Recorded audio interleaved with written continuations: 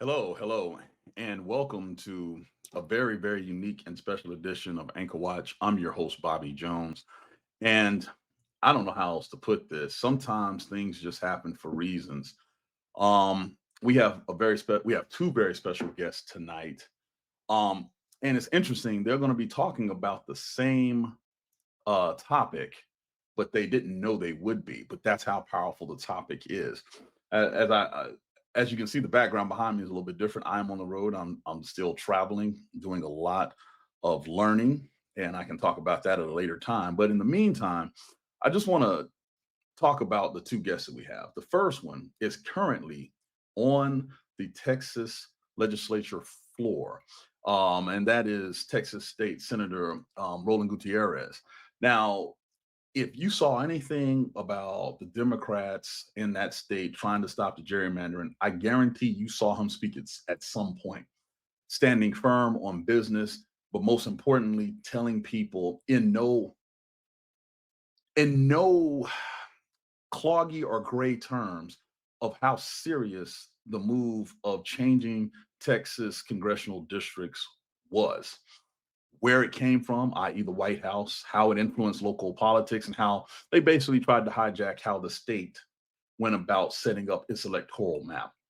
We're going to talk to him about that, but he's currently on the floor. I'm literally looking over here because I'm watching him going to town on gun safety in the state of Texas. Now, the reason he's doing so is because Uvalde is in his state senate district.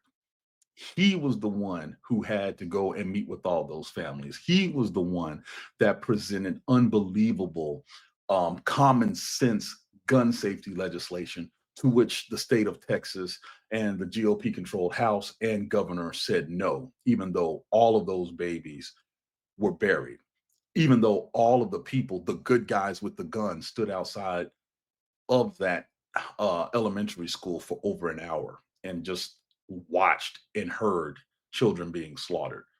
Um, it's quite an emotional subject, to be honest with you. For me, anybody who has kids, anybody who knows kids, and he has been a stalwart fighting against the gun lobby, fighting against entrenched, ridiculous thought process when it comes to gun safety.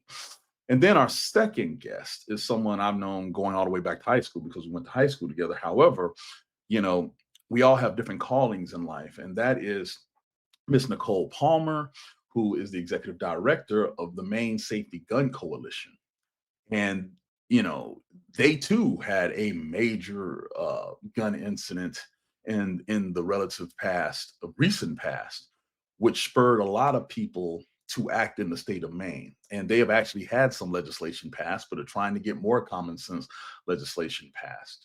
Um, the gun violence in America is not an epidemic, it is a sickness because we keep seeing the results of it, but we don't want to do anything about it. And with that, I'm going to go ahead and transition. I think the senator has just left the legislature floor, and we're going to bring him in now. Bobby, how are you?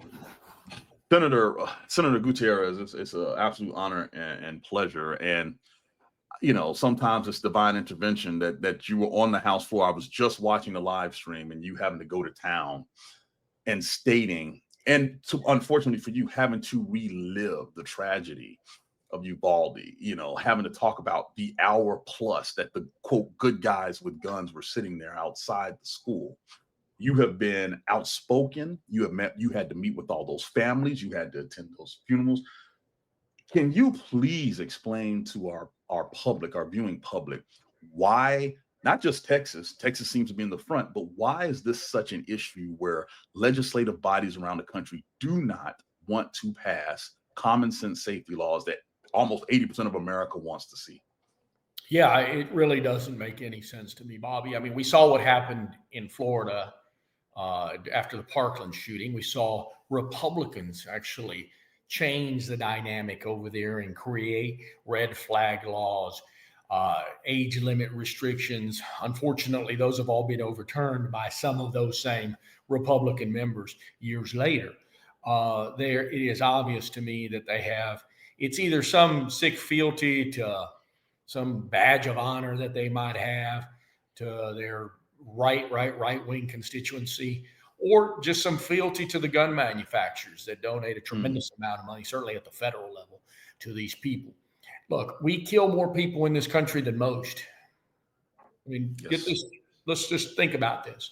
50,000 deaths a year in the United States to gun violence, whether it be suicide or homicide or mass shootings, you name it. If you go to Spain and you adjust for their population difference, 300. Same kind of stats in France, same kind of stats in Italy. Those are first world countries where people aren't killing each other because they don't have access to these things. They're not knifing each other to death because who knows, maybe they just live better. They probably live better. A few times I've been there, they eat better, they live better, and so on. But we are killing our children in this country, and we have to do something about it. I'm a gun owner, and I get it, but I don't want a mentally ill person to access these weapons, Bobby, and I don't want an 18-year-old to be able to buy an AR-15. Fundamentally, that's where I'm at. I agree. You know, I spent 26 years in the military. I was in the Navy. I was an actual weapons officer. And the amount of training that we have to go through, the psychological evaluations continuous through, you know, our time in service, none of that exists in the civilian world as a whole. As a matter of fact, in the state of Georgia, my home state, they've made it even easier. No, you know, concealed carry permits, very easy to get. You know, you don't even have to have it on you. You just can go buy the weapon. The background check time limit is mediocre at best. It seems like there's an opposite movement to make it even more accessible in the last 5 years than actually putting those roadblocks in front to make sure that we're not allowing access to people who may be mentally disturbed. What's crazy is that Republican voters want to see age limit restrictions on ARs. They want to see red flag laws to about 60%, age limit to about 72% in Texas. You know, you want to be able to have a red flag law that says, hey, you know, John down the road is making threats and he's mentally ill. We know he's mentally ill. He's had a history of mental illness and he's making threats and we know he's got guns. So we should be able to have him go in front of a judge and explain himself. Let's talk about these threats that you're making to the school down the street, to this, you know, to your ex-employer and so on and so forth. And we should be able to, if the threats are substantiated and we see that there's something wrong, we should be able to take those guns away from that mentally ill person. Republicans want that too. But we have to have a real discussion with people in this country. And, you know, even in Uvalde, there were some Republican voters, and they've since changed their tune a little bit. But at some point, this madness will come to somebody we know, God forbid. But I bet you know, Bobby, victims of crime, people that have been shot before, people that have committed suicide before. I think everyone out there knows, you know, somebody that's been injured or hurt or killed. And it's got to stop. It's got to stop. We can do better. Yes, sir. And that's what bothers me. We know we can do better, but the political will does not seem to be there. Let me ask you a quick question following up. What does local law enforcement in Texas, how do they feel about these laws or lack thereof? Because part of the issue, as I mentioned earlier, law enforcement outside the school. I know those men are going to have to live with that the rest of their lives, but how does law enforcement in Texas view the gun safety issue? I have talked to people, Bobby, to cops all across this state, and I have asked them, when are you guys going to come into this building and testify before these committees? Because first off, the bad guys, the real bad guys that have these guns out there on a daily and nightly basis, well, those people certainly we need to take the guns away from them. And those are the guys that are shooting at the cops. You would think that cops would come in and say, we need to have some common sense gun safety reform in Texas, but they're not coming in. They're not doing it. Mm, They're on the front line, and I dare say, more often now than they were in the past. mm, They're susceptible to being on call for a mass shooting. We've got to be able to have cops do the right thing and step up to the plate. mm. They just don't. Yeah. Speaking of lines, Senator, to shift this a little bit, the gerrymandering that has taken place recently, that came from on high, from the White House, where he is dictating how you run your state and local elections by redrawing the districts, and how the House had to famously leave the state. You were one of the voices that very eloquently but forcefully cited not just how this is wrong, but how this is going to affect Texans moving forward. Now that that is all, this is played out, what are your thoughts on not only what it means for Texas, but for something that it looks like has tipped off a larger redistricting war across the country? Well, that's just it, Bobby. I mean, when does it stop? I mean, we're getting into this tit for tat business. We've got to be able to do this every 10 years for a reason, because it shouldn't be political. You, as a citizen, should be able to know that the state representative or the congressperson that represents you looks like you, thinks like you, has your best interests at heart, and they might be of a different race, if you will, but at least you know that they are coming around and listening to you. When you do these decennial redistricting deals, and Hmm. what they did in Texas, crack these districts and disenfranchise these communities of color. Now, 60, 70% African American seats, the few that were left, have now gone to 45 and 49, or even less, 30. And they've been diminished amongst a couple of districts. And so those new members of Congress, they're not even going to go to the African American community. They're not going to go to the Hispanic community and say, what are your needs? What are your issues? And the inverse effect of that is that the same African American community and the same Hispanic community says, well, nothing ever happens and my vote doesn't count because these guys don't even listen to me. And Right. this is what they want. They want this constant control of power for the sake of power for themselves, and not for people, not for their constituents, as it must be, as it should be. This new Republican Party isn't the Republican Party that I fought with 10, 15 years ago, because even then we could come to some middle ground. Not Right. anymore. This far right-wing group is very dangerous, and they're dangerous to our country. This president is dangerous to our country, is dangerous to our economy. Everything that he's doing on immigration is a travesty, and he's killing our economy. He's killing our businesses, and so much more. We've got to be able to wake up and understand that this guy's no Republican. Mm. He's some kind of tyrant. He's some kind of something, Putin's puppet, Mm. but he's no Republican. I don't know what he is. I've commented in the past, if Ronald Reagan was still alive, he would be choking someone over this. Some of the stuff that he's seeing, he would be Yeah, seeing. yeah. I don't understand his economic policy whatsoever. And this kind of leads to the other issue that I was going to bring up with you. Texas has a large agricultural economy, among other things. You have energy, you have all of these various pieces that are vital to not just your state, but America's economy at large. But with the ICE raids, the tariff wars, where we're now not able to ship, crops that we in America do not consume, but the rest of the world does. How has this been affecting Texans, the state that overwhelmingly voted for him? It seems like they're paying a higher price than everybody else. He cut a farm program, Bobby, that was going to give $50 million in local small farmers' food stock to our schools. He did that on the night before our budget. I put an amendment to put in $50 million back to help our small farmers and help our school children in need.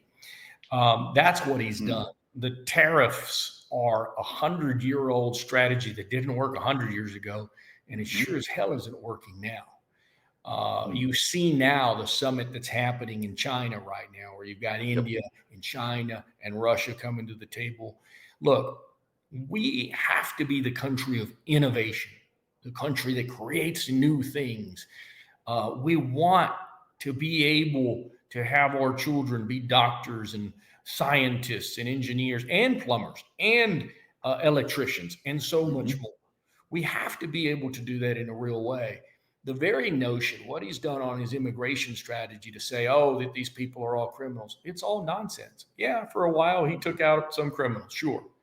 The fact is, the people that they're going after right now are the people taking care of people's kids. They're the people that are out there picking our crops. They're the people that are working our C shift at our meat packing plants. You go into a meat packing plant at 2 a.m. and go see who's working in those plants. The construction all along the Southwest, the rooftops, at 105-degree heat. Go see who's working on those rooftops. And those are the people that they're going after right now. They're not going after criminals. We need business people in this country to step up and say, this is wrong. You're hurting our economy. These are jobs that Americans don't want, nor should they have, nor should they want to have. We want to have our children do great things and be the innovators that we were in this country. Under Donald Trump, we're just headed down a wrong path, a wrong economic path. The final topic I wanted to bring up with you, Senator, because you have your finger on the pulse of many issues, and it seems like Texas is a huge crossroad for a lot of them. You've also had experience working with Veteran Affairs in the state of Texas. I'm president of Veterans for Responsible Leadership, and I am getting emails and texts about how the VA has been reduced, how, some of the veterans who are homeless, i.e. in DC, are being rounded up. For a man who swears he loves veterans, I don't know why anybody would believe that's in he dies draft. That's a whole nother story and a pet peeve of mine. He has gone out of his way to reduce the capacity of the Department of Veteran Affairs, while at the same time using the military as local law enforcement. I don't know how anybody can look at that situation and make it make sense, but here we are. Texas has a large number of veterans, especially San Antonio area expanded. What are you seeing, or what are your thoughts on how he's treating not just the veteran community, but our most vulnerable, the homeless, children that are on Medicaid or using, free and reduced lunch? All these are programs that he has cut. How does that reflect where you are in Texas? Is it a national thing? I think it is, but I don't want to assume. But Texas, like I said, has a large number of vets. I'm just curious to get your thoughts on this. Look, they cut 10,000 employees out of the VA, a full 1,000 of them likely out of Texas, because we have the second largest number of veterans in the nation. Already veterans were having difficulties getting their appointments. It has gotten harder. And these are people that have, signed up to give their lives for this country. That's how much Donald Trump cares about you. He doesn't give a damn about veterans. And he apparently doesn't give a damn about small and mid-sized farmers, doesn't give a damn about children, doesn't give a damn about, small businesses that contractors across the state that hire migrants because they're willing to do the jobs that nobody else wants to do. This man has devastated our economy in a real way, and we're seeing it, right? And so I get that very wealthy people that have a bunch of money in the stock market, I don't, might be doing all right. And we've seen the volatility of that, by the way. We've seen the market manipulations that he's done. But at the end of the day, the vast majority of working class people in Texas, some Republicans, some Democrats, are all hurting. And so what this man has been able to do very well, and we've seen this playbook in the history of the world, as he's divided this nation in a real way. Listen, I wasn't elected to hold a hand of billionaires and have them make more money. And I'm a businessman. Listen, I'm not the most, left-wing member, and I'm not the most middle-of-the-road member. I'm kind of in that middle space. And I'm pretty fiscally conservative too.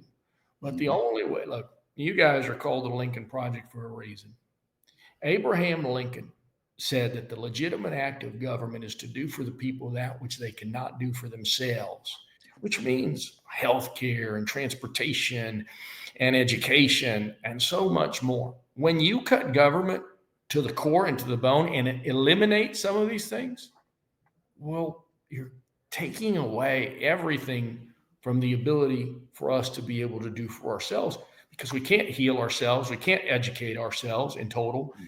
There's so much danger to what is happening. And I wish people would wake up to it. And the last thing I'll tell you, Bobby, and I tell this to Republicans all the time, we are all in this together. Yep. And this man has divided us. And we might not agree on abortion like we just had that debate down there. I get it. But there is so much that we're in common with these folks. And yet this guy has got them all divided and treating us like if we were North Koreans or some far off enemy of the United States. But lest I forget that he's friends with the guy in North Korea. No, you're absolutely right. And as someone who had to deal with Korea in his military career a lot, it disheartens me because I feel like Russians, North Koreans are treated better than Americans right now. I feel as though our greatest and closest allies, bonded by blood, World War II and beyond, are the outcast. And yet we roll out the red carpet literally for Putin. It's disturbing. Part of me is wondering, what is the actual end game? Why are they doing this? What is their ultimate goal? But I digress. Let me ask this. This is the final thing. What can we do? I always try to get our viewers to understand that, hey, this is a game to which you now have to participate in. Do you have any advice for those who want to do something? It can be any sphere, any part of this that they can proactively do in their local communities. So you mentioned Uvalde when we started out. Mm-hmm. And what we found from Uvalde wasn't just the horror, the nightmare, and the guns and everything else. But what we found was just that resources to rural communities were lacking when it came to emergency preparedness, when it came to healthcare, when it came to mental health care. None of those things have changed. Mm-hmm. It's going to be worse under his big, beautiful bullshit bill, whatever that is, right? Yep. Rural hospitals in Texas and throughout this country are going to go away. Rural communities are already getting hurt. Rural people really need to look at themselves in the mirror, look at me and look at you and say, we're not the enemy here. Bobby Jones isn't the enemy. Roland Gutierrez isn't the enemy. There are interests in this country. There is a phrase that we have in Spanish. I don't know if you know what a farm implement, the hoe, have you ever seen a hoe? It's just it's not a shovel. Right. It's a flat end on one end like that.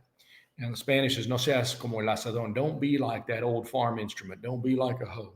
The hoe only works in one direction. If you're using that thing right, it only works this way towards you. That's how that farm implement works.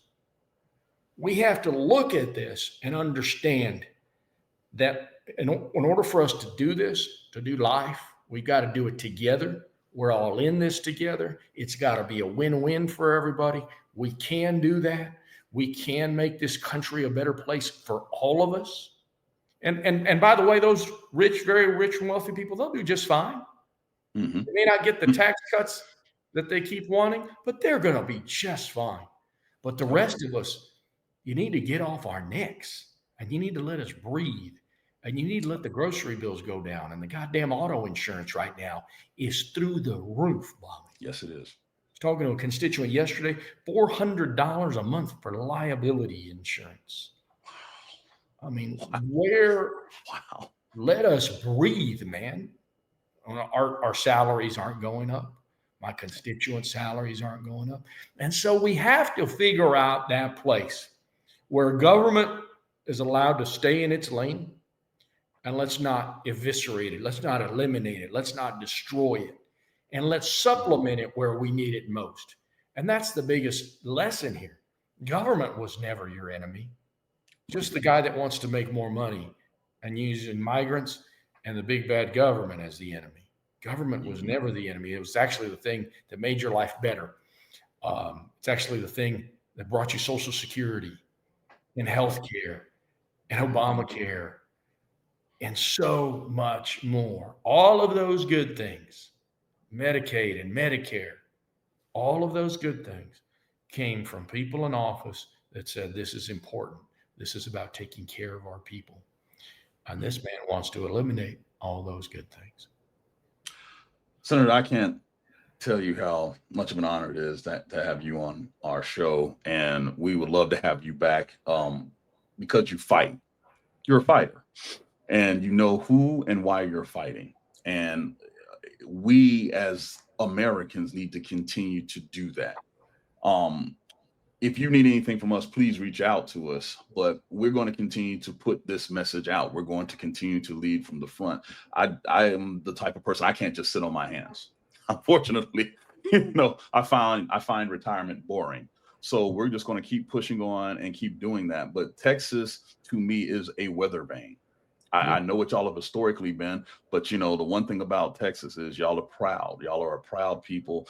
And the main thing that really bothers me about what Trump is doing to a lot of people is he's taking away their basic dignity in your state, their dignity. These are not lazy people. These are some of the hardest working people God put on this planet, and he's going after them, literally the backbone of our economy. So, Senator, I don't want to take up any more of your time. I know that everything's going on the floor there. Thank you so much for your time, and please be in touch. Thank you, Bobby. Much love, and I appreciate you. And I'm sorry for being rushed Oh tonight. no, absolutely no problem no problem whatsoever, sir. Have a great evening. You were doing work. We Be well. appreciate it. Thank you. Well, ladies and gentlemen, that is a public servant who is always grinding for his constituents. The man has been in public service for a little bit now, and he has never minced words. And he has had to go through one of the hardest things any representative at any level of government has had to go through, having to console families that should never have been put in that situation in the first place, and then continue to fight for the memory of those children that was lost at Uvalde. Um, and that leads into my second guest. I'm not one to pontificate about things. I'm not one to get on my soapbox, but understand this, people. We live in a country where, and we talk about this in my next interview, where you can literally buy bulletproof backpacks for your children to go to school. You can buy these backpacks. They have Kevlar in them. They have ballistic vest material in them, and then they paint them with unicorns and kittens and elephants and stuff to make the kids feel like they're still kids. But the bags are heavier, and some of the kids know. And the fact that those book bags would have been of great use in Minnesota last week. That's where we are. That's where we are. The number one killer of adolescents now is gun violence. Gun violence. And, I don't know on what reality this is acceptable. But when you drop your kids off to school every day now, you have to have that in the back of your mind. Is my kid going to be safe?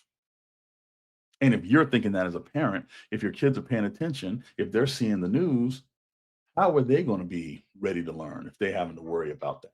Every time they have to do their, monthly, shooter drill, lockdown drill, you know, sort of like what the baby boomers had to go through in the Cold War. Only difference is, statistically speaking, no nukes were going to happen with the boomers, but you can better believe there's a possibility you could be shot in your classroom in America. And everybody keeps talking about, oh, now is not the time. Now is not the time. Well, then, damn it, when is the time? When is the time? Talk to any veteran, and we'll sit there and ask, what are we doing? Because we understand what gun safety is. We understand the protocols and the processes to actually responsibly own weapons, to use weapons. But it's interesting. They don't want to ask us those questions. They don't have us talk about it. Well, I'm talking about it. Every few weeks, we had to do psychological evaluations on our people. And if anybody, and I mean anybody, said, hey, there's an issue with this person, the first thing we do is pull their weapons clause. Period. Period. But here in America, because some people look at having a weapon as power, not protection, we just watch small casket after small casket after small casket get buried. It's a damn shame. And with that, I want to introduce the interview that we conducted a little bit earlier today, and that was with Miss Nicole Palmer, the head of the Maine Gun Safety Commission, they have done real work. They have done real work. They're continuing to do real work. And, depending on where you live in the country, there are gun laws that make more sense than others. However, the question you need to ask yourself is, why has the federal government, i.e. Congress, not done more? For reference, President Biden did get some gun legislation passed here right before he left. And I mean, it was tiny, tiny, tiny, tiny steps. But it was the first gun legislation in over a decades actually, that had been passed. That was that did anything to move the needle. Part of that reason was because of things like Uvalde. I don't know how much more blood of our children has to be spilled before we act like we give a damn about them. But when you factor in gun violence, when you factor in Medicaid, which a lot of kids need because they may be sickly, when you factor in vaccines that are no longer being required or being actively protested against by Robert Kennedy Jr., when you look at all of these things that are happening, to include the dismantling of the Department of Education, what are we doing to our kids? What are we doing? We're not going to educate them as thoroughly. We're not going to make sure they're as healthy. And hey, just take your chances when you go to school to gun violence. It makes no damn sense. Anyway, so here's our interview with Miss Nicole Palmer, someone who has dedicated her life to hopefully stop at least one aspect of what we're doing to our kids. Hello, and welcome to the second half of Anchor Watch. Once again, I'm your host, Bobby Jones, and I'm here in a bittersweet mood because, one, I get to see someone I went to school with over 2 decades ago, and it's great to see old friends, but it's bitter because of the topic that we have to talk about. And so I'd like to introduce everybody to Nicole Palmer. She is the executive director of the Maine Gun Safety Coalition. And we scheduled this interview, Nicole, before what happened in Minnesota happened, right? And I don't know if it really matters when we would have had this interview scheduled, because this seems to be a reoccurring thing. So the reason I wanted to have you on here well before Minnesota and stuff is because one of the things that has always bothered me with school shootings, gun violence in general, is when it happens, people say, now is not the time to talk about it. Now is not the time to talk about it. So just in my scheduling of topics to talk about that I think affects the American people, I wanted to talk about it. And so here we are, lo and behold, we had scheduled this. And then unfortunately, the Minnesota shootings happened. So can I just ask you, how did this group, how did this coalition, how did this organization come into existence in, of all states, Maine? Sure. Well, the Maine Gun Safety Coalition got started in 2000 after the Columbine shooting. It was started up, actually, one of Maine's representatives, U.S. Representative Shelley Pingree, was one of the founders of the organization, though she's no longer involved. But I think when you see these school shootings, which unfortunately we're seeing more and more, reasonable and empathetic people can't help but want to take action to try to prevent this kind of tragedy from happening in their own neck of the woods. And so that's when it got started, was after Columbine. For me, I started getting involved in gun violence prevention after Sandy Hook. Everybody's aware of what happened in Sandy Hook. I happened to be 1 degree of separation away from 5 of the kids who were killed. And that's when I stopped thinking of gun violence as something that was terrible, but was never going to affect me in my life, and realized if it can come for 6-year-olds in a classroom, it can really come for anybody at any time. And so I started to advocate and try to learn, what can we do to prevent these types of tragedies? And it turns out there is quite a lot we can do. And so I started to get involved here in Maine, and I knocked doors for a ballot initiative that we had in 2016 for background checks. And then after that, I started going to the state house and learning how laws get passed, essentially. And also I was seeing that what we were doing here in Maine was not working. It didn't matter what our arguments were. They weren't going to be successful with the legislators. They were not successful. And so I called up the Maine Gun Safety Coalition and I said, I have some ideas about how we can advocate for this more effectively, because I know people really care about this here in Maine.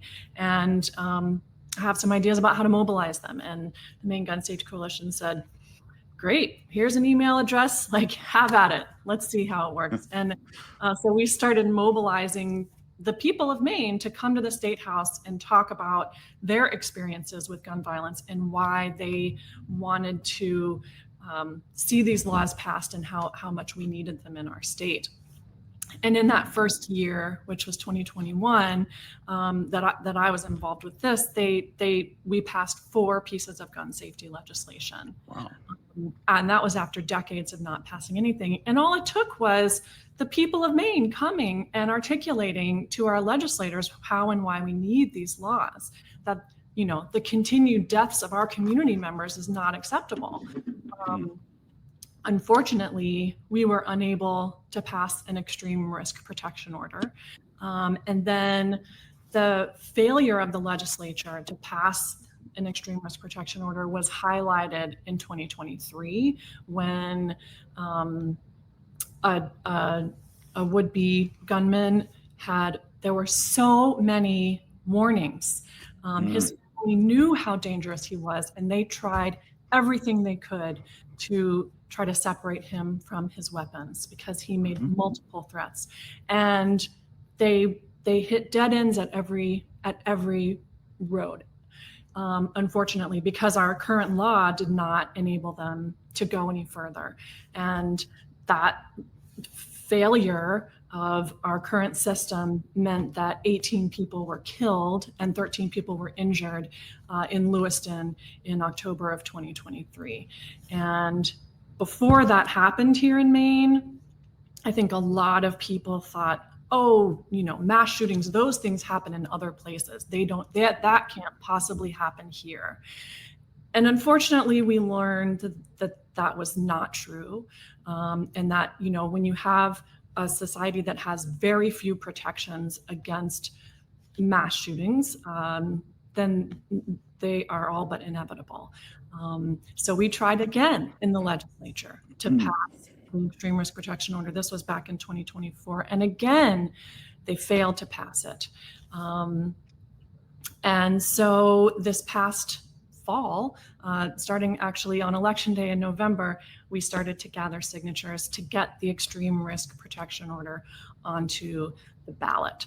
And what an extreme risk protection order is it empowers families to go directly to the court if they are worried that their loved one is a danger to themselves or others. They present sworn evidence.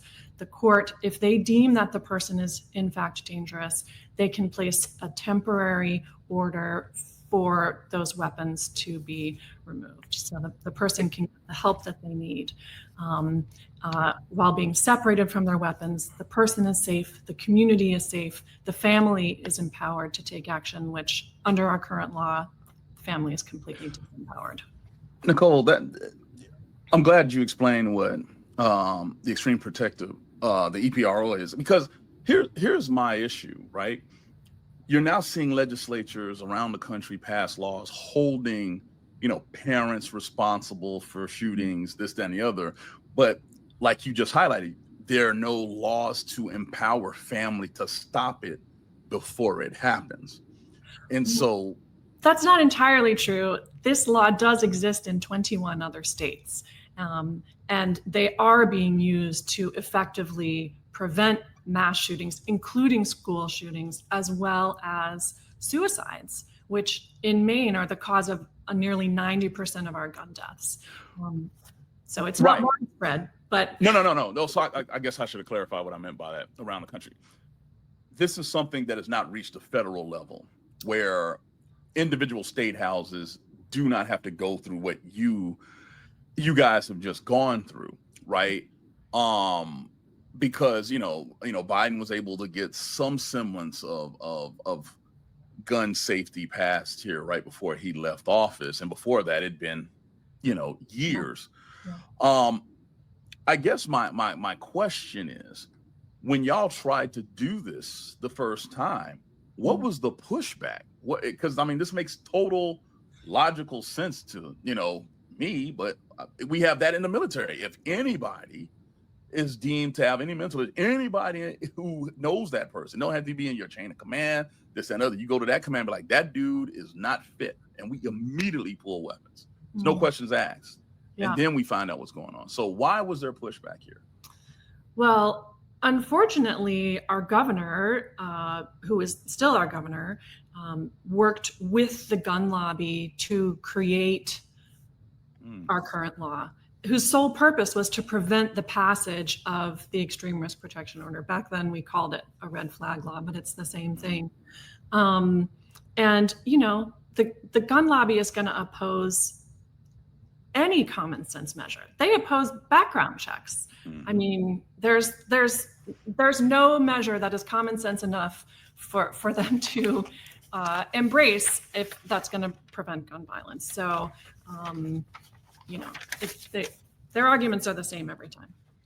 You guys in Maine have a couple of ballots that you are still advocating for that have not been passed. Can you talk a little bit about what they are and why you feel they're needed?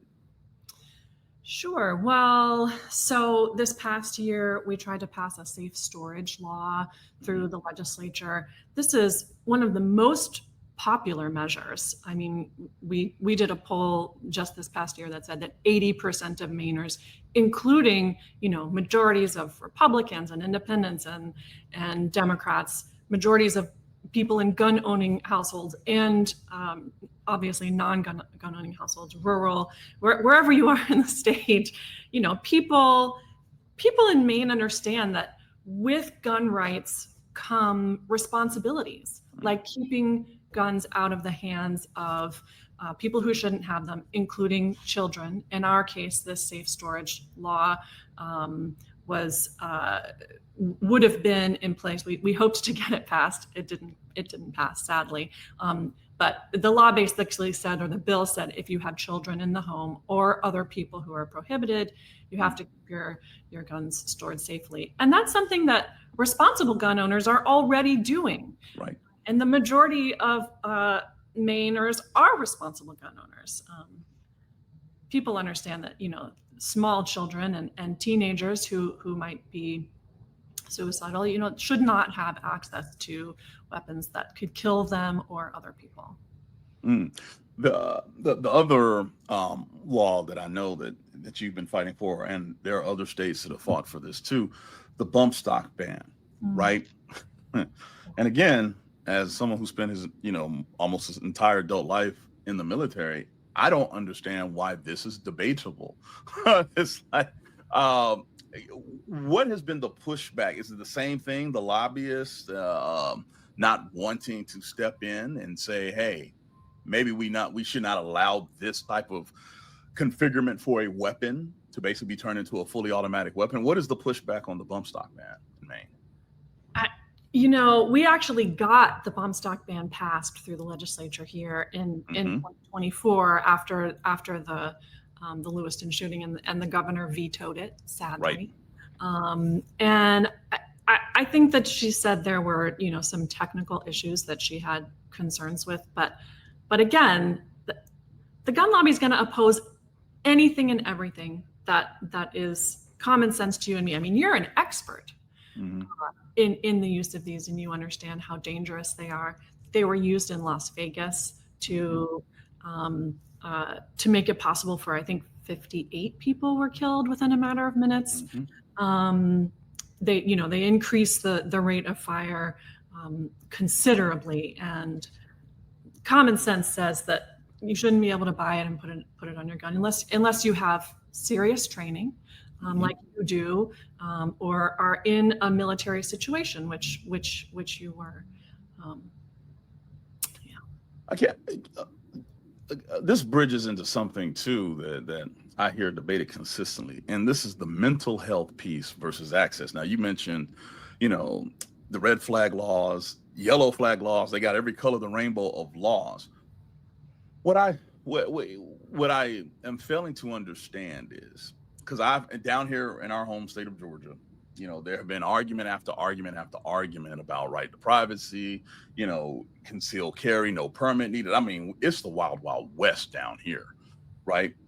But if a psychologist or a school counselor or someone like that knows that there's a mental health issue, the road to address it, and this is the key thing, in a timely fashion to remove the threat, to remove the person away from weapons, seems to be very difficult.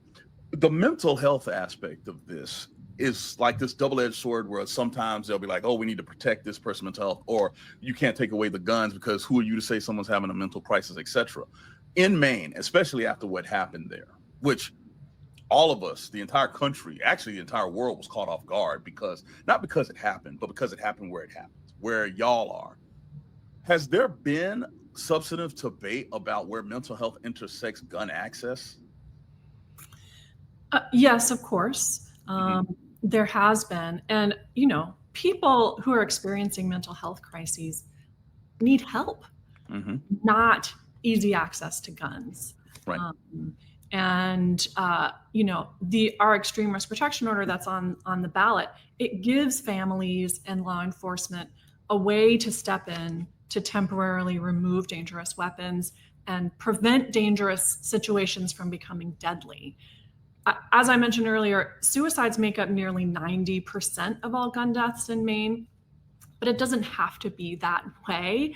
And, our extreme risk protection order on the ballot is endorsed by countless individual mental health professionals and the Maine Association of Psychiatric Physicians, I think is their name, and the Association for Social Workers in Maine. So the mental health professionals understand that we need this tool to be able to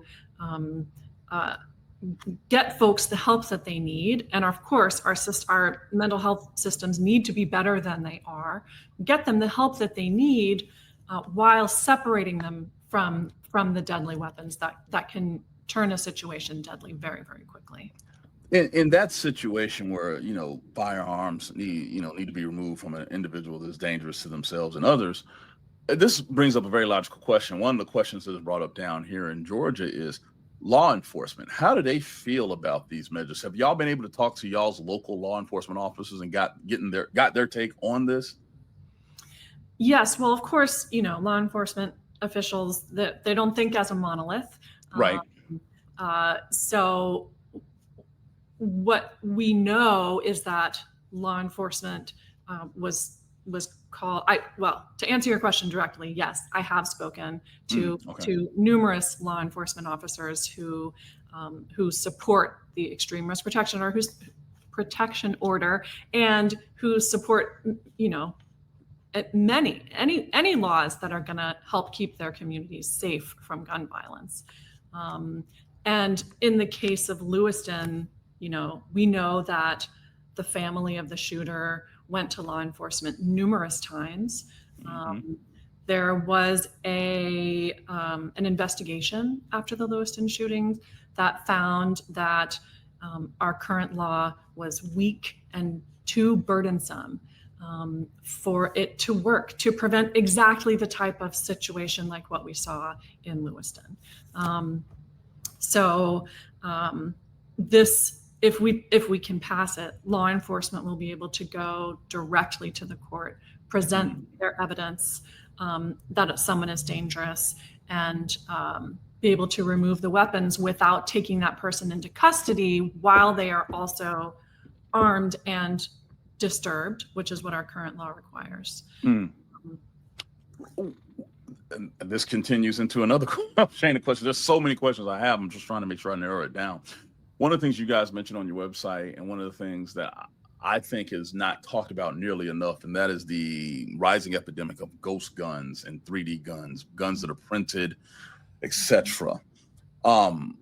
First of all, the way that y'all are looking ahead and seeing this trend, good on y'all, because especially in more rural areas too, this is taking off. I know down south. Can you explain to our viewers what ghost guns are and why they should be concerned about them? Sure. Well, ghost guns basically means any gun that doesn't have a serial number. And so those can be, manufactured so that they come in pieces, and then like maybe 2 or 3 different pieces. You can get it in the mail and you put it together. The manufacturers are able to get around the gun laws by doing it that way, by delivering a nearly complete but not entirely complete weapon, so that it doesn't have to have a background check and it doesn't have to be serialized. And so that is dangerous on both ends of that equation. That means that people who are domestic abusers, convicted domestic abusers who are not legally allowed to have guns, can easily get access to these weapons that are as capable of firing as any other. And if there has been a crime committed and the guns are recovered at a crime scene, if there's no serial number, then law enforcement has no tools to be able to trace the weapon and solve the crime. And serial numbers have been used to solve, I don't have the number at the top of my head, but it's thousands, hundreds of thousands of crimes over the last decade or two, using serial numbers. So law enforcement really relies on serial numbers to be able to solve crimes, hold people responsible, and prevent them from committing future crimes. And no, it's fine. Ghost guns also includes 3D printed guns, which also they're not printed with the serial numbers either. Right. And part of the thing that scares me on this, when you hear the gun estimates of, how many guns are in America, and they're like, oh, there's so many guns for, the American populace. One of the things that I always ask, I'm like, that's what we think we know? That when I say think, registered, part of an army, all this kind of stuff. I personally believe that we don't have a real accountability of ghost guns, 3D printed guns, etc. And so the number is probably much worse. And when you think about the access now to 3D printing, it is exponentially grown in the last, 6, 7, 8 years. This is going to be a reoccurring thing. Along those lines, did Lewiston, I know it, it changed how society as a whole in Maine, based on the stories, had viewed guns, right? But do you think that it's a lasting effect? Because what happens in these situations, Minnesota, Nashville, there's this immediate flash of someone needs to do something. And then you come back 6 months later and it dissipates back to what it was. Do you think that there has been a permanent change in how the citizens, the Mainers up there, see and view gun violence because it happened where they literally thought it could not? Yeah. I think so. Yeah. I mean, look, this past year when we started collecting signatures to get this extreme risk protection order onto the ballot, it was November and December in Maine, which is really, really cold. And we had 600 volunteers across the state who were gathering signatures. We collected over 80,000 signatures in just over 2 months, thanks to the efforts of these folks. I mean, the people of Maine really care about our communities.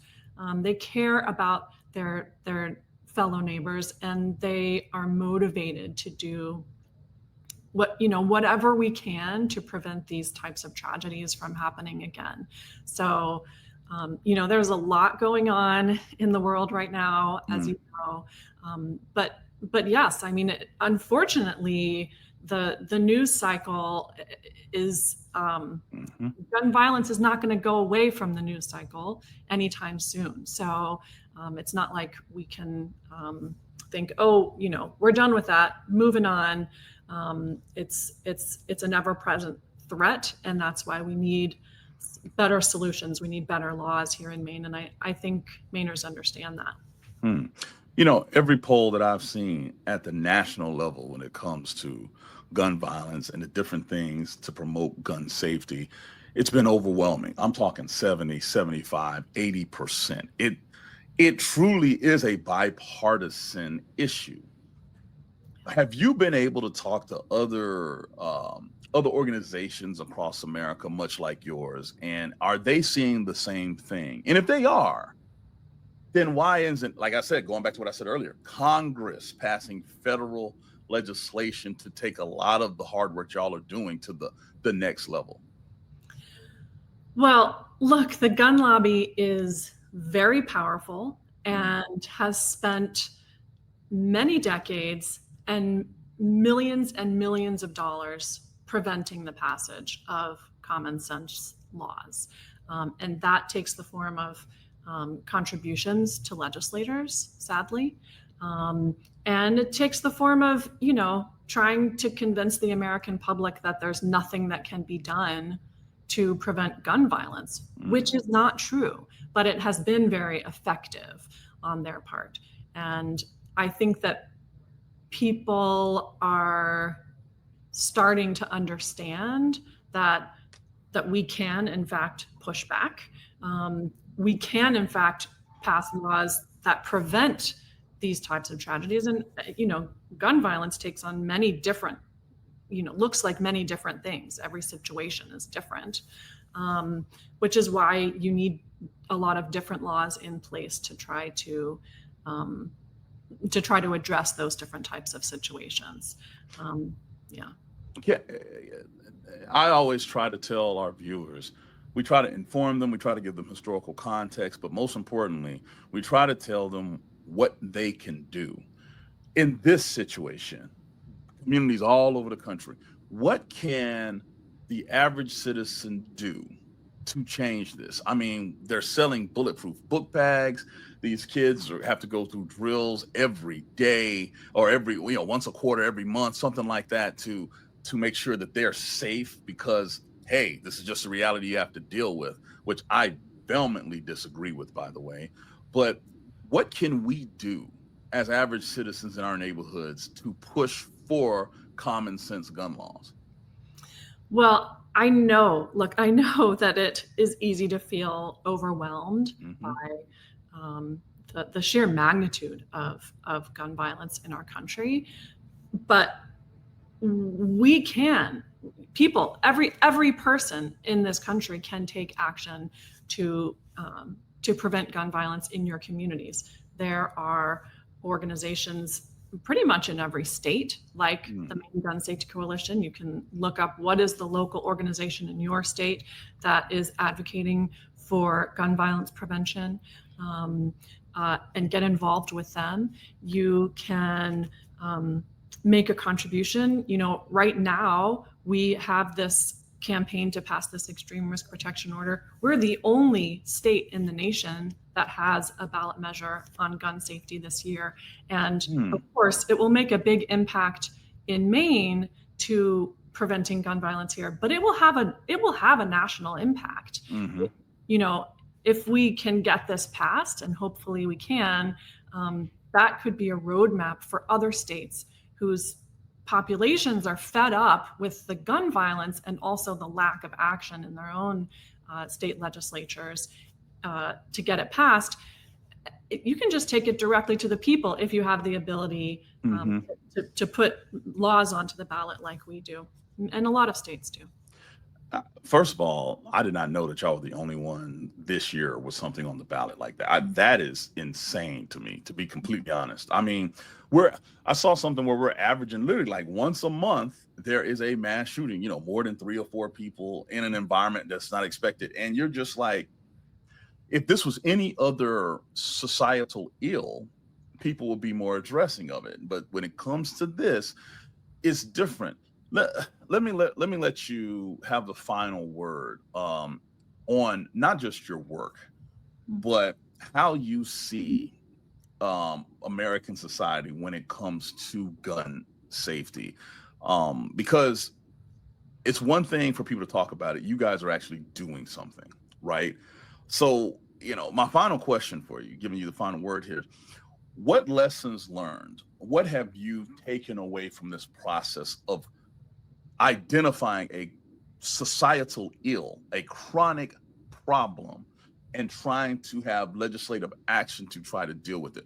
What are you taking away from this? Because you can apply this to other common sense things, but this right here is literally life or death. What I guess my question is, what are you taking away from this as you move forward to continue to make things safer in Maine? Well, I've learned a couple of things. First of all, I've learned that gun violence is in fact preventable, and that people, the vast majority of people, are care deeply about it and are deeply dedicated to changing it. And I've also learned that if our legislators are not up to the task of passing the laws that will keep our kids and our communities safe, we can take matters into our own hands. So you, the listener, and including you, Bobby, you can go to the State House. You can talk to your legislators. You can testify about why, we need these laws, and you can make a difference. You can actually get them passed, which is going to save lives in your community.